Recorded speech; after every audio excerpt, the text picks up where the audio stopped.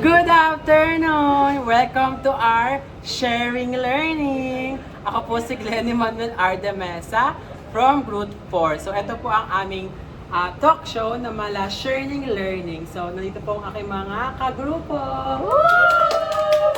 Hi guys. Ayan, so ipakilala po yung mga sarili, syempre. Ako si Aya Camille Camarillo.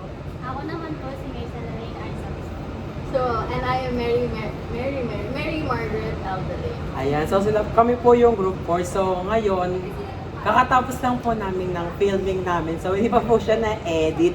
Pero gagawin na po namin yung sharing learning namin ng ng mga naging experience namin habang pinifilm namin. So actually tapos na kami sa filming. So may 3 questions lang ako na hinanda na sasagutin din. Then sasagutin ko din naman as a client nung nag-demo.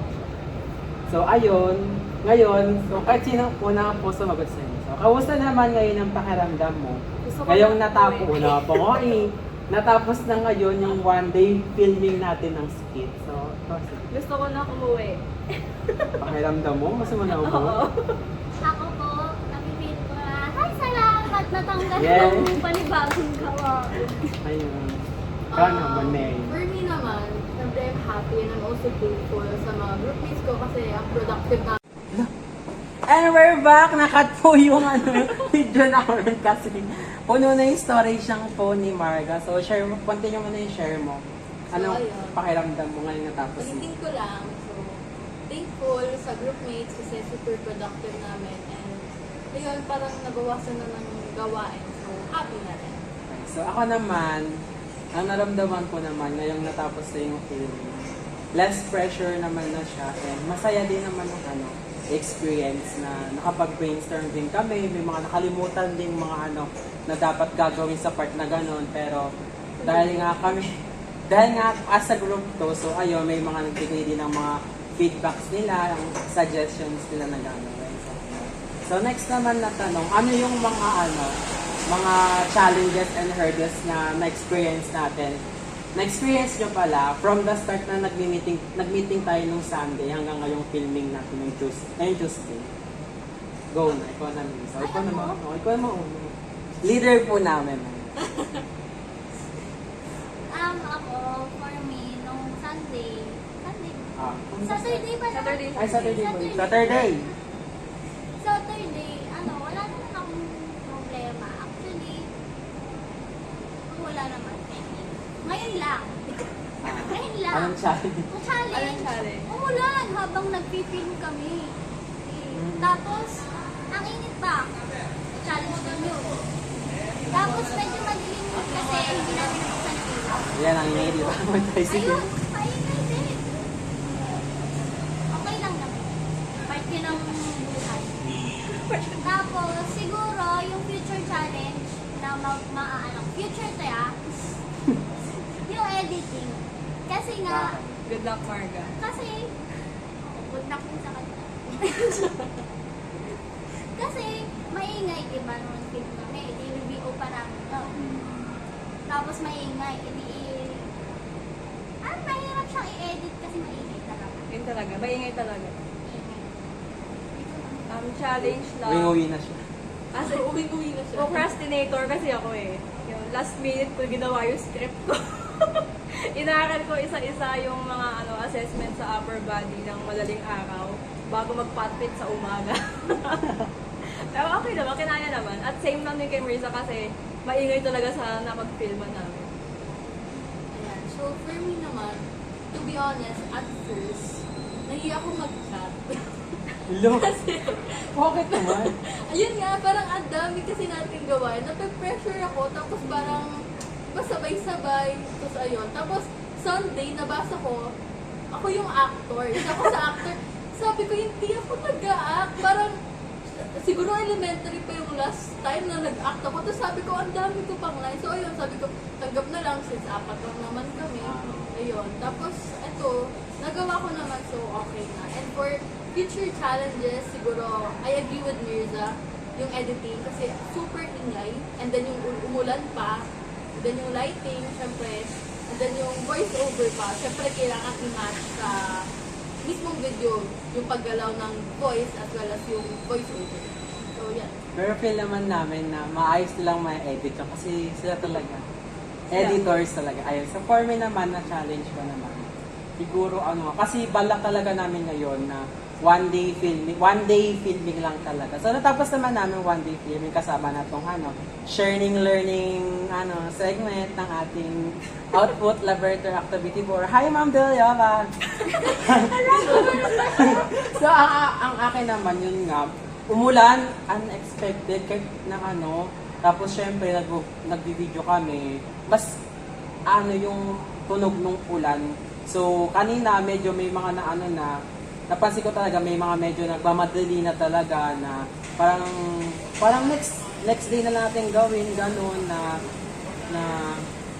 wag na nga ituloy kasi nga umuulan tapos may mga gustong umuwi na nga. So naman yun, accepted naman yun kasi iba-iba naman yung mga situation na naramdaman natin ngayon. Pero in the end naman, ayun na solusyonan naman siya, tumigil yung ulan, thank you Lord, and mas pinili namin na matapos talaga ngayon para wala nang iisipin pa na ibang gagawin, yung editing na nga lang sa kanilang future challenge. Sa kanila. Ayun. Ayun yung challenge area. So last question naman. So based from your role sa skip, kunyari ako as a client, na na-experience ang nutrition-focused physical exam sa ganitong paraan na presentation nga. Hindi siya live na demo, by speech siya, or ganito yung performance output natin. Ano-ano yung mga natutunan mo na sa tingin mo makakatulong sa'yo to improve yourself as a college student or future professional? Tapos sa university, Ano ulit? So yung pinaka-tanong talaga, ano-ano yung mga natutunan mo na sa tingin mo makakatulong sa'yo to improve yourself as a college student and future professional na ginawa yung ganitong NFPE sa ganitong performance output? Siguro ko galing sa skit na nagawa namin. Ang ma-apply ko galing dun, yung kolegyong professionalism ng mga nag-a-assess, kailangan ng permission, nung mag-wash ng hands, saka kailangan talaga tatanungin mo yung client, yung mga sa permission kung saan mo siya hawakan. ay, tapos na. Margo. Same lang kay Ira yung pagiging professional kasi syempre parang kailangan natin makipag-socialize, hahawakan, and also hawakan natin yung ibang body parts. So, importante na may permission ng client natin. Yun lang naman. Same lang. Saka yung mga indication din sa may katawan, I think nakakatulong yun pag kunwari, ay hindi ako nakakain kasi dormer ako. Pag kunwari, puro processed food na kaya, tapos ang flaky na ng balat ko, di ba? Ay, bahan na ako. Kaya dapat kumain tayo ng patin. Hindi puro processed. So maybe intervention. Ikaw naman. Si Glenn, ikaw Glenn. So sa akin naman, kasi napagkasundan talaga namin na ako na yung magiging client. So tapos nag-overthink pa kami na baka dapat talagang apat kami need talaga mag-demo and maghanap ng client. Ng other client na outside, hindi sa group namin, para lahat talaga mapakita namin. Pero although na hindi ganun yung nangyari na among our group nagkaroon ng client, ako nga which is ako. Tinanggap ko naman na siya and alam ko naman sa sarili ko na may natutunan din ako na kung paano nila ginawa yung pag-assess. Kasi iba-iba na yung pag-assess natin. Pero nga, in the end, yung nutrition-focused physical exam, hindi siya walk in the park. Walk in the park. Hindi siya one time na pag na-experience mo siya, mamamaster mo na. So, need mo talagang ma-experience siya from the...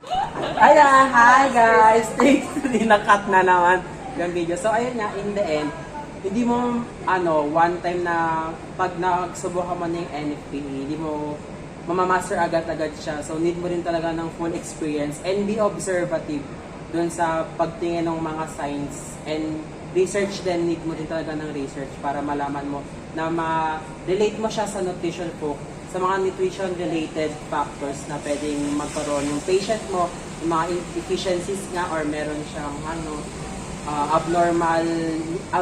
abnormalities sa katawan. So, ayun.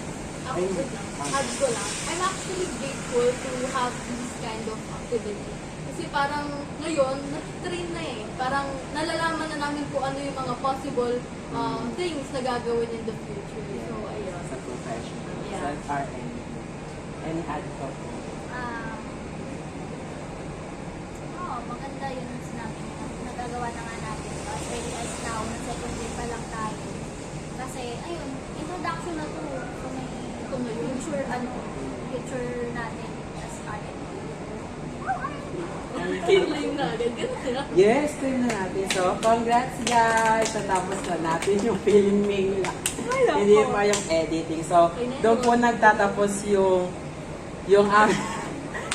learning segment. So, hopefully, na may mga natutunan din kayo or realization sa mga na-share namin na learnings from our experience during filming din and mga future challenges na nakikita namin sa pag-edit nga and sa pagpasa ng output. So, ayun lang po. Thank you guys. Bye-bye na tayo. Bye-bye Thank you, guys. ma'am. Thank you, Thank ma'am. you po, ma'am. See you on Saturday, may quiz. Ay, Bye, wala. ma'am. Malawag. Kaya mangyari natin Cut ko yun. Cut ko na.